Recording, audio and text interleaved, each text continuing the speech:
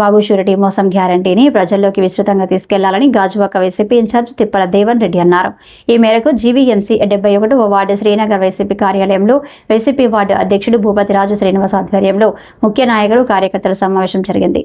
ఈ కార్యక్రమానికి Gajuwaka YCP incharge తిప్పల దేవన్ రెడ్డి ముఖ్య అతిథిగా పాల్గొని మాట్లాడుతూ చంద్రబాబు ఎన్నికల ముందు సూపర్ 6 పథకాల పేరుతో అధికారంలోకి వచ్చి ప్రజలు మోసం చేస్తున్నారని అన్నారు. బాబు మోసాలను ప్రజలు గుర్తిస్తున్నారని టీడీపీ ఎమ్మెల్యేలు తొలి అడుగు పేరుతో ప్రజల్లోకి వెళ్తే ప్రజలు తిరుగుబాటు చేయడం చూస్తున్నామని అన్నారు. కొంతమంది నాయకులు వైసీపీ కండువాతో కార్పొరేటర్గా గెలిచి వారి స్వార్థం కోసం పార్టీని విడిచి టీడీపీ కండువాలను కప్పుకున్నారని అన్నారు. ఈ సమావేశంలో 64వ వార్డు వైసీపీ అధ్యక్షుడు ధర్మాల శ్రీను, వైసీపీ నాయకులు పెద్ద సంఖ్యలో కార్యకర్తలు పాల్గొన్నారు.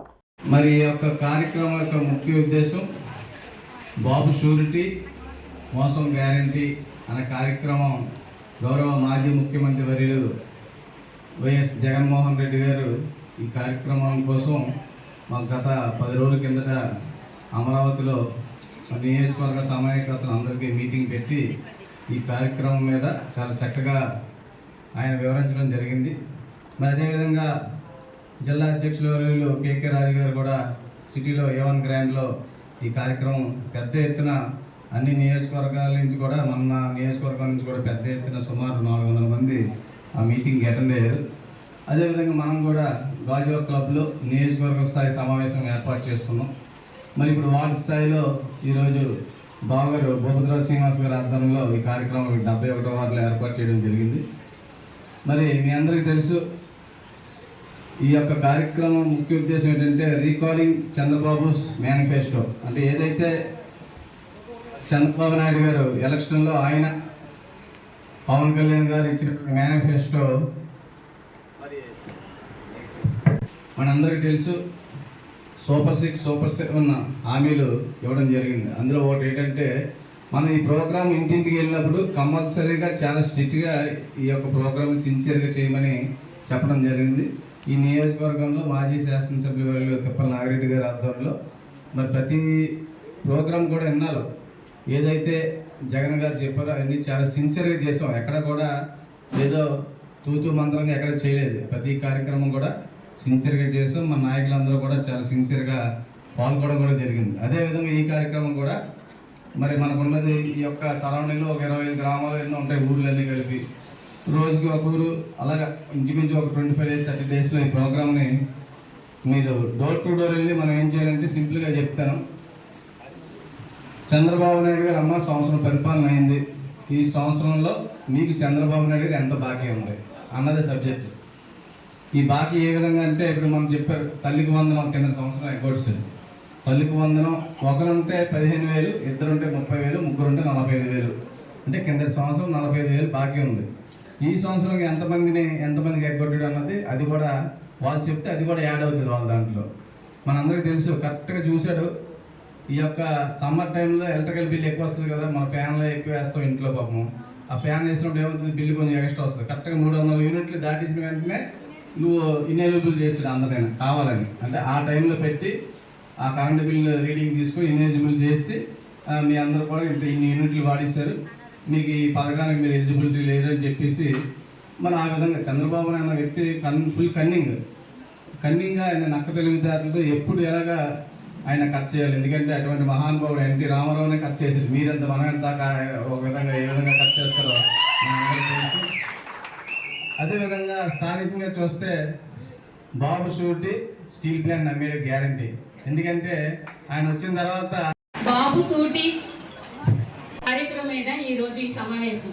కానీ కొత్త మన వార్డు అధ్యక్షుడిగా కొత్తగా ఒక 4 రోజులు కూడా అవ్వలేదు, 10 రోజుల్లోనే ఈరోజు వార్డు అందరినీ కూడా ఒక యూనిట్గా తీసుకొచ్చి ఈ సమావేశానికి చేయడానికి ముందుగా మీ అందరికీ ధన్యవాదాలు తెలుపుకోవాలి ప్రజలందరికీ కూడా. ఎందుకంటే 71వ వార్డు అనేసరికి వైసీపీ నుంచి రామారావు అన్నయ్యని గెలిపించుకున్నాక మనకేమీ చేయలేదు, మాటకి అందుబాటులో లేరు అన్నది ప్రతి ఒక్క మనసుల్లో కూడా ఉండిపోయింది. కానీ దాని నుంచి బాధ నుంచి 10 రోజుల్లోనే కోలుకొని రాజుగారికి ఇవ్వగానే ఈరోజు మీరు అందరూ సహకరించినందుకు వార్డు తరపు నుంచి వార్డు పెద్దలందరికీ కూడా పెద్ద లీడర్లందరూ కూడా స్టేజ్ మీదే ఉన్నారు. పేరు పేరున కూడా వైసీపీ కుటుంబం అంటే అందరికీ ధన్యవాదాలు తెలుపుకుంటున్నాను. ఈ రోజు ముఖ్య అతిథిగా మన దేవన్ రెడ్డి గారు, అలాగా 64వ వార్డు అధ్యక్షులు ఆయన కూడా ధర్మాల శ్రీని గారు, అలా మీడియా మిత్రులకి అందరికీ కూడా ధన్యవాదాలు తెలుపుకుంటున్నాను. సమావేశం ఏంటంటే బాబు సూటి బాబు మోసం అనే కార్యక్రమం ఏంటంటే మనం మోసపోయామని అన్న సంగతి మనందరికీ ప్రజలందరికీ తెలిసింది. ఈ రోజు అమ్మఒడి కార్యక్రమంలోని తల్లి వందనం అనేది పేరు మార్చి ఈ రోజు 15,000 అని చెప్పేసి బాబు గారు ఆ రోజు హామీలు ఇచ్చారు. మనకి బాబు గారు 15,000 ఇచ్చి ఇప్పుడు 13,000. ఆ 13,000 కూడా ఒక ఇంటికి కూడా చేరట్లేదు. ఒక ఇంట్లో ఇద్దరికి ఉంటే ఒకరు కూడా రావట్లేదు. ఇంకోటి ఏంటంటే కూటమి గవర్నమెంట్ ఈ రోజు ఉమ్మడిది మొత్తం మీద ముగ్గురు కూటమి మీద మనం రావడం వల్ల ఓటు బ్యాంక్ నుంచి చూస్తే మనకి 40% వైసీపీ నుంచి వచ్చింది. వాళ్ళకి ఇంక 60 3 పార్టీలు కలిస్తేనే 60 వచ్చింది. ఈ లెక్కని ఎంత మోసం జరిగి ఈ రోజు సీఎం గారు ఎదిగారు అన్నది మీరు అందరూ ప్రజలందరూ తెలుసుకోవాలి. ఎందుకని అందరికీ తెలిసిన విషయమే ఎంత మోసపోయాం అన్నది. ఉచితం బస్సు ఫ్రీ అన్నారు, ఎందుకే గ్యాస్ సిలిండర్లు 3 అన్నారు, కానీ సంవత్సరానికి 1 వచ్చింది. ఆ 1 కూడా ప్రతి ఒక్కరు కూడా నియోజకవర్గంలో మన నియోజకవర్గం చూసుకుంటే 10 మందికి కూడా రాలేదు. నా వార్డులో 2-3 వచ్చింది. అలా అమ్మఒడి కార్యక్రమాన్ని చూస్తే స్కూల్ ప్రోగ్రామ్స్ 2 వార్డుల్లో ఉన్నాయి. నా వార్డులో 2 స్కూళ్ళు ఉన్నాయి. నడుపు రైస్ స్కూల్ కూడా వెళ్ళాను.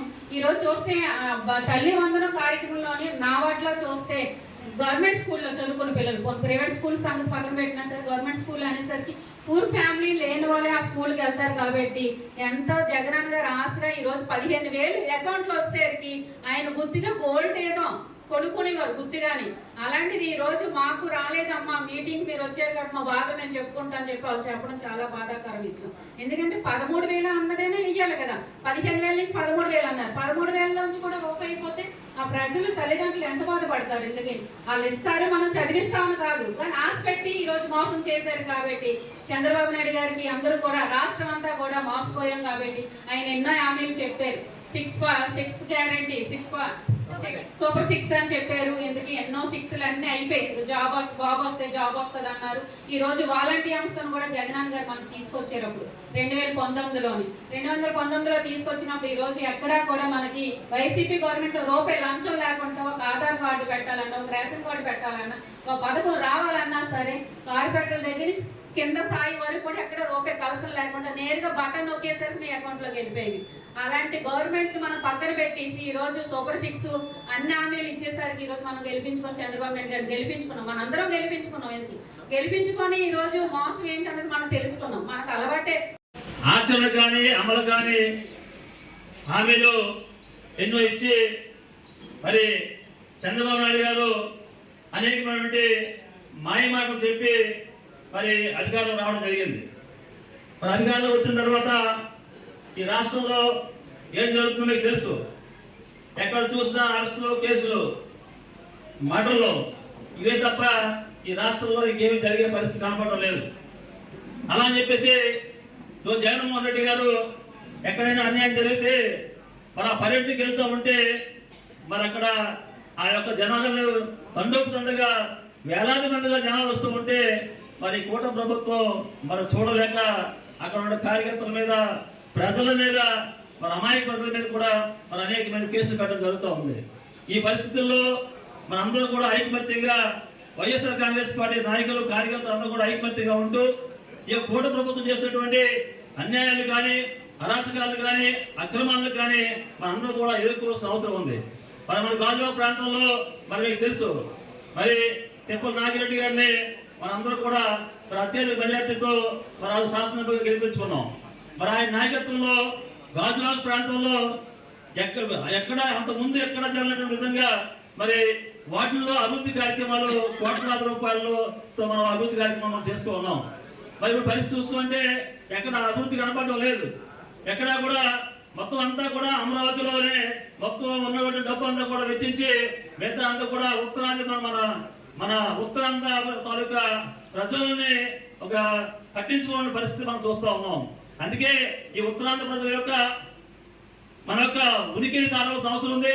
ఈ ప్రభుత్వం మీద మనం పోరాటం చేయాల్సిన అవసరం ఉంది. రానున్న రోజుల్లో మనందరూ ఐకమత్యంగా మన ముందుగా ఏదైనా కార్యక్రమం చేయాలంటే గ్రామం, వార్డు, మన గ్రామం నుంచి కానీ వార్డు నుంచి కానీ మన అందరూ బలోపేతంగా ఉంటే రానున్న రోజుల్లో కార్పొరేషన్ ఎన్నికలు కానీ, అసెంబ్లీ ఎన్నికలు కానీ వచ్చినప్పుడు తప్పకుండా వారికి ముందు చెప్పి మనం అందరూ కూడా మన ఆదేశాల మేరకు మనం గెలిపించుకోవాల్సిన అవసరం ఉంది. మరి మీకు తెలుసు, పర్వతని నాగిరెడ్డి గారు, ధర్మాల శ్రీనివాసరెడ్డి గారిని వారి నాన్నగారు వెనుకతల గత 20 సంవత్సరాలు బట్టి కూడా మరి బ్యాక్ బోన్గా ఉంటూ రాజకీయాల్లో మరి చురుగ్గా మరి పాత్ర పోషిస్తూ మరి అనేకమైన కార్యక్రమాలు వారు చేసుకుంటూ వస్తూ ఉన్నారు.